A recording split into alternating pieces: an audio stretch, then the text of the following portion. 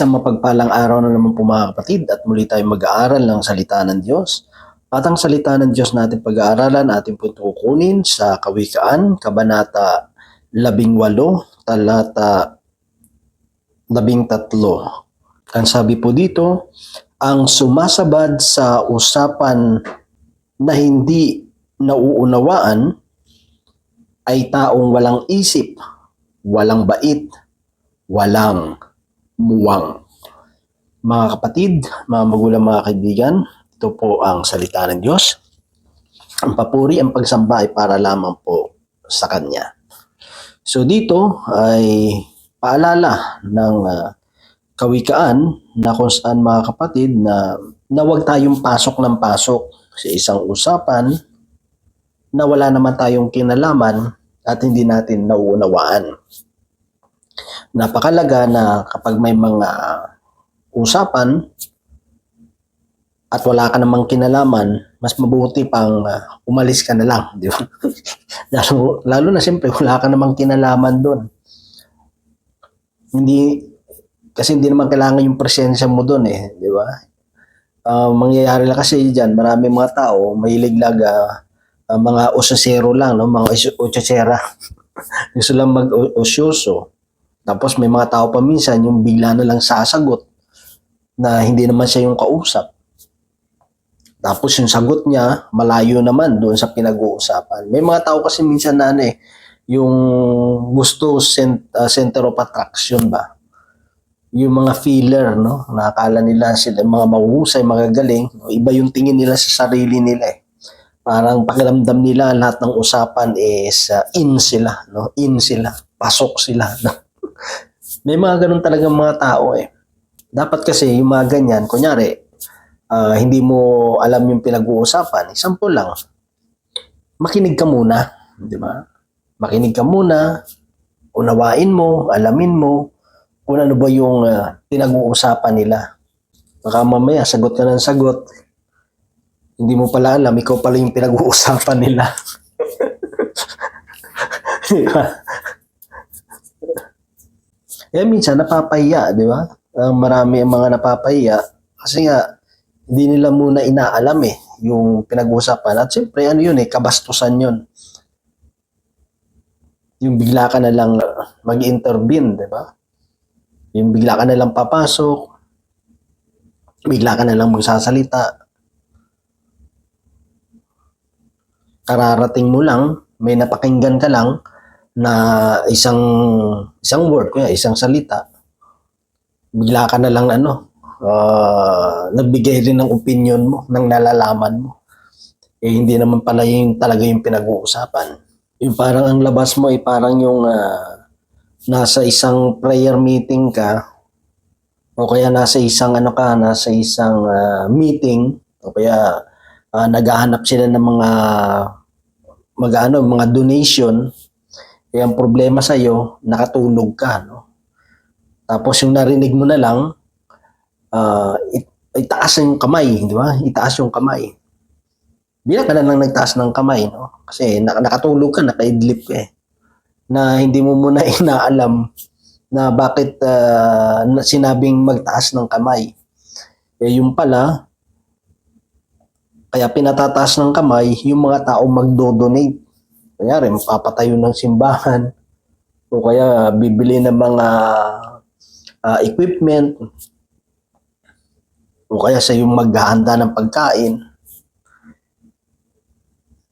Tapos bigla ka lang nagtaas ng kamay, di ba? Na hindi mo muna inaalam bakit pinatataas yung kamay nila. Kasi nga, medyo nakatulog. Di ba? Siyempre, palakpakan sila pagtaas mo ng kamay. Wow, yes, tuwa sila kasi siyempre, magdo-donate So, ano mangyayari? Nilalagay mo yung sarili mo sa kahihiyan. Mapapasubo ka ngayon.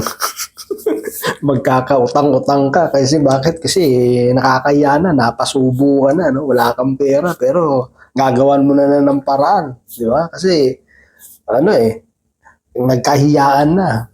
So, nangyari ngayon? So, ikaw namumblema. No, wala kang utang, bigla kang nagkautang. Imbis na wala kang sakit ng ulo, nagkaroon ka ngayon ng sakit ng ulo. Kasi bakit? Kasi pasok ka ng pasok eh. At ang sabi doon ng salita ng Diyos, mas matindi eh.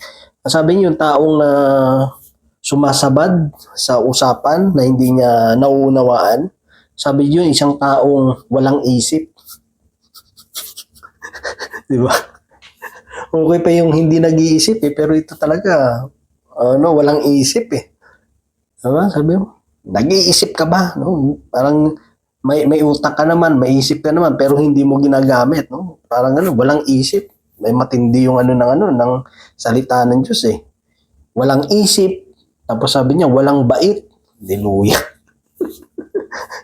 Pag sinabi mo walang bait, parang kang wala sa katinuan. Parang wala ka sa sarili mo. Walang bait eh. Diba pag sinabi mo yung nawalan ng bait, ibig sabihin parang nasiraan ng ulo. Parang nabaliw, di ba? Pag sinabi natin yung nawalan ng isip, nawalan ng bait, di ba? Parang nabaliw. Wala sa sarili. Yan talaga eh, di ba? Parang lutang. Kasi pag hindi mo naunawaan yung pinag-uusapan, bigla ka lang papasok, eh talaga yung sagot mo, yung mga pinagsasabi mo, lutang. Di ba? Puro sabaw. Parang parang shotgun, di ba? Nagpaputok ka, wala sabog. At ang sabi doon, hindi lang walang isip, walang bait, sabi niya, walang muwang. Kaya dito may kita natin, tinuturuan tayo ng Panginoon kasi alam ng Diyos na kapag meron tayong ugaling katulad nito, yung sagot tayo na sagot, o kaya yung sabat tayo ng sabat sa isang usapan o sa isang kwentuhan o ano pa man yan, hindi ka lang papasok ng papasok, eh talagang nilalagay mo yung sarili mo sa kahihiyan. At siyempre, kabastusan yun. Ang dating yun, parang ka nagmamagaling. Masyado kang bilib sa sarili mo. Pakiramdam mo, ang galing-galing mo.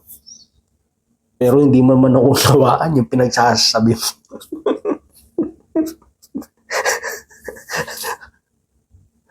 Maraming ganyan tao eh, no? Hindi lang naman yung parang, parang sasagot kang bigla sa usapan na hindi mo naunawaan. Kahit sa mga sitwasyon, kaya sa mga okasyon. Diba, gusto mo magpabida. Yan kasi ang dyan eh. Gusto mo lang kasi magpabida eh. Sa lahat ng okasyon, nandyan ka. Tapos minsan nakikialam ka pa. Tapos gusto mo masunod ka pa. Pag hindi ka nasunod, magagalit ka pa. Eh, pabida eh. Di ba? Kasi ang totoo dyan, kapag ang tao may pangunawa, nakikinig muna yan. Tapos uunawain niya yung sitwasyon, yung pinag-uusapan, bago yan magsalita. At kung hindi time o hindi pa ito yung oras at panahon para magsalita siya, mananahimik lang yan. Kasi magiging walang kabuluhan yung sasabihin mo kung wala rin naman sa oras eh, wala sa panahon, wala sa timing. Masasayang lang din yung ganda ng yung sasabihin. Kasi nangyari sa amin yan dati, no? Meron kaming seminar. Tapos yung mga bago lang kasi siya eh, sa paglilingkod sa Panginoon. Yung mga matatagal na nananahimik lang, nakikinig lang. Sa nagtuturo, kikinig lang. Pero siya, daldal siya ng daldal, no? Parang nagpapakitang gilas, nagpapabida. Parang gusto niyang magpasikat dun sa nagtuturo na parang marami siyang anak. Di ba? Pero siyempre, dun sa mga matatagal, siyempre, natatawa ka na lang, di ba? Kasi alam mo na yung pinagsasabi nito, walang katuturan eh, di ba? Walang kalaman-laman. So siya naman, pakiramdam niya, natutuwa sa kanya yung nagtuturo kasi sumasagot-sagot siya. Diba? Pakiramdam niya, talagang ang husay niya, ang galing niya. Kaya yun talaga yung pagka-iwas-iwasan natin. Kasi para hindi tayo matulad no sa sinasabi ng salita ng Diyos na para tayong walang isip, walang bait at walang muwang. So yun lamang mga kapatid, at nawa ang Diyos patuloy magpana sa bawat isa sa atin. God bless po sa ating lahat.